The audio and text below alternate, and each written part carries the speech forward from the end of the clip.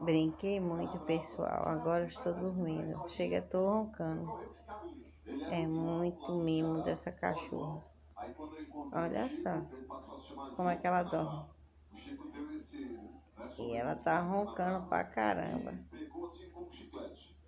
Eu pensei até que era a Pâmela roncando, mas a Pâmela tá cantando no quarto e era Mel roncando aí. Se você olhar pra patinha dela, você vai ver ela respirando bastante.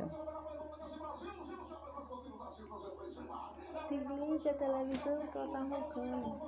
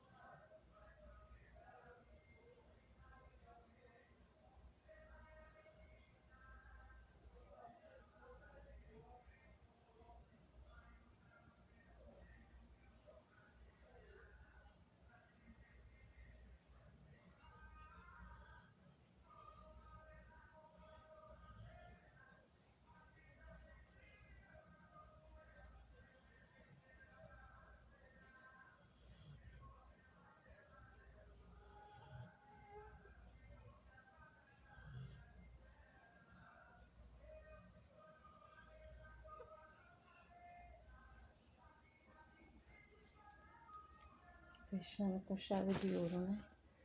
Ela brincou tanto hoje que enfadou. Até roncando ela tá. Se você nunca viu cachorro roncar, ó.